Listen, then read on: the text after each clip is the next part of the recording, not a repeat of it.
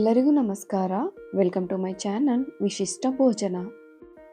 ಇವತ್ತಿನ ನನ್ನ ವಿಡಿಯೋದಲ್ಲಿ ಇನ್ಸ್ಟೆಂಟಾಗಿ ರವೆ ದೋಸೆನ ಯಾವ ರೀತಿ ಮಾಡೋದು ಅಂತ ತೋರಿಸ್ಕೊಡ್ತಾ ಇದ್ದೀನಿ. ಇಲ್ಲಿ ನಾನು ಒಂದು ಮಿಕ್ಸಿ ಜಾರಿಗೆ 2 ಬಟ್ಲು ಆಗೋಷ್ಟು ಮೀಡಿಯಂ ರವೆನ ಹಾಕ್ಕೊಳ್ತಾ ಇದ್ದೀನಿ. ಇದಕ್ಕೆ ನಾನು 1.5 ಟೀ ಸ್ಪೂನ್ ಆಗೋಷ್ಟು ಸಕ್ಕರೆನ ಸೇರಿಸ್ತಾ ಇದ್ದೀನಿ. ಇದೆರಡನ್ನ ನುಣ್ಣಗೆ ಗ್ರೈಂಡ್ ಮಾಡ್ಕೊಳ್ಳೋಣ. ಆಗಿದೆ, ಇಷ್ಟು ನುಣ್ಣಗೆ ಗ್ರೈಂಡ್ ಮಾಡ್ಕೋಬೇಕು. ಈಗ ಇದಕ್ಕೆ ನಾನು 2 ಸ್ಪೂನ್ ಆಗುವಷ್ಟು ಗೋಧಿ ಹಿಟ್ಟು, 2 ಸ್ಪೂನ್ ಆಗುವಷ್ಟು ಕಡಲೆ ಹಿಟ್ಟು ಆಪ್ಷನಲ್ಲು, ಬೇಕಾದರೆ ಹಾಕೊಳ್ಳಿ, ಇಲ್ಲಾಂದರೆ ಸ್ಕಿಪ್ ಮಾಡ್ಬೋದು. 1 ಬಟ್ಲು ಅಕ್ಕಿ ಹಿಟ್ಟನ್ನು ಸೇರಿಸ್ತಾ ಇದ್ದೀನಿ. ಹಾಗೆ 1 ಸ್ಪೂನ್ ಮೈದಾ ಹಿಟ್ಟನ್ನು ಹಾಕ್ಕೊಂಡು ಎಲ್ಲ ಚೆನ್ನಾಗಿ ಮಿಕ್ಸ್ ಆಗೋ ಹಾಗೆ ಗ್ರೈಂಡ್ ಮಾಡ್ಕೊಳ್ಳೋಣ. ಆಗಿದೆ, ಈಗ ಇದನ್ನು ನಾನು ಒಂದು ಪಾತ್ರೆಗೆ ಹಾಕೊಳ್ತಾ ಇದ್ದೀನಿ.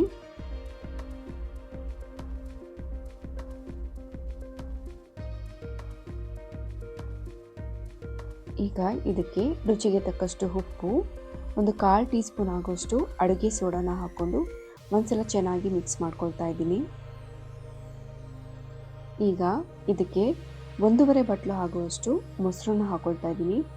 ಸೊ ಇದು ಇನ್ಸ್ಟೆಂಟಾಗಿ ಮಾಡೋದ್ರಿಂದ ಮೊಸರು ಹಾಕ್ಕೊಳ್ಳೇಬೇಕು.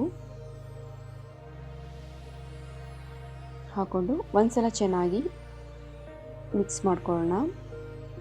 ಈಗ ಸ್ವಲ್ಪನೇ ನೀರು ಹಾಕ್ಕೊಂಡು ದೋಸೆ ಹಿಟ್ಟಿನ ಹದಕ್ಕೆ ನಾವು ಚೆನ್ನಾಗಿ ಗಂಟು ಇಲ್ಲದೆ ಇರೋ ಹಾಗೆ ಮಿಕ್ಸ್ ಮಾಡ್ಕೋಬೇಕು.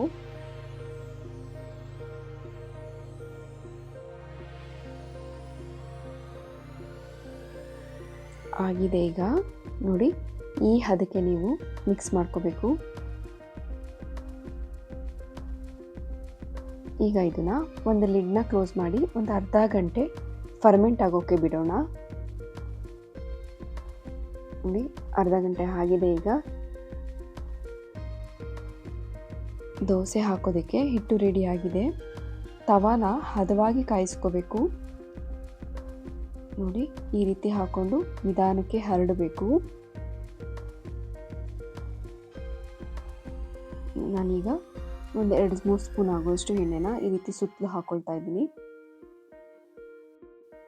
ದೋಸೆ ಮಾಡುವಾಗ ತವಾನ ತುಂಬ ಜಾಸ್ತಿ ಕಾಯಿಸ್ಕೋಬಾರ್ದು, ಕರೆಕ್ಟಾಗಿ ಹದವಾಗಿ ಕಾಯಿಸ್ಕೋಬೇಕು. ಎಲ್ಲ ಕಡೆ ಉರಿ ತಾಕೋ ಹಾಗೆ ಈ ರೀತಿ ಜರುಗಿಸ್ಕೊಂಡು ನೀಟಾಗಿ ಸಮನಾಗಿ ಬೇಯಿಸ್ಕೋಬೇಕು. ಆಗಿದೆ, ಈಗ ನೋಡಿ ಎಷ್ಟು ಚೆನ್ನಾಗಿ ಬರ್ತಾ ಇದೆ. ಈಗ ಇದನ್ನು ನಾನು ಮಗ್ಚಾಕೋತಾ ಇದ್ದೀನಿ. ಈ ಸಕ್ಕರೆ ಹಾಕೋದ್ರಿಂದ ದೋಸೆ ಟೆಕ್ಸ್ಚರು ತುಂಬಾ ಚೆನ್ನಾಗಿ ಬರುತ್ತೆ. ನೋಡ್ತಾ ಇರ್ಬೋದು ನೀವು ಎಷ್ಟು ಚೆನ್ನಾಗಿ ಬಂದಿದೆ ಅಂತ. ಹೊಸಬ್ರು ಯಾರಾದರೂ ನನ್ನ ಚಾನಲ್ನ ನೋಡ್ತಾ ಇದ್ದರೆ ದಯವಿಟ್ಟು ಸಬ್ಸ್ಕ್ರೈಬ್ ಮಾಡ್ಕೊಳ್ಳಿ. ಹಾಗೆ ಪಕ್ಕದಲ್ಲಿರುವಂಥ ಬೆಲ್ಲೈಕನ್ನ ಪ್ರೆಸ್ ಮಾಡಿ. ಸೊ ನಾನು ಯಾವುದೇ ಹೊಸ ವಿಡಿಯೋ ಹಾಕಿದ್ರೆ ನಿಮಗೆ ನೋಟಿಫಿಕೇಷನ್ ಬರುತ್ತೆ, ಯಾವ ವಿಡಿಯೋನೂ ಮಿಸ್ ಆಗೋಲ್ಲ. ನೋಡ್ತಾ ಇದ್ದೀರಲ್ಲ ದೋಸೆ ಎಷ್ಟು ಚೆನ್ನಾಗಿ ಬರ್ತಿದೆ ಅಂತ. ಒಂದ್ಸಲ ಈ ರೆಸಿಪಿನ ಟ್ರೈ ಮಾಡಿ. ರೆಸಿಪಿ ಇಷ್ಟ ಆದರೆ ದಯವಿಟ್ಟು ಲೈಕ್ ಕೊಡೋದನ್ನು ಮರಿಬೇಡಿ. ಹಾಗೆ ನಿಮ್ಮ ಫ್ಯಾಮಿಲಿ ಆ್ಯಂಡ್ ಫ್ರೆಂಡ್ಸ್ಗೆ ಶೇರ್ ಮಾಡಿ. ಮತ್ತೆ ಸಿಗೋಣ ಒಂದೊಳ್ಳೆ ರೆಸಿಪಿಯೊಂದಿಗೆ. Thank you.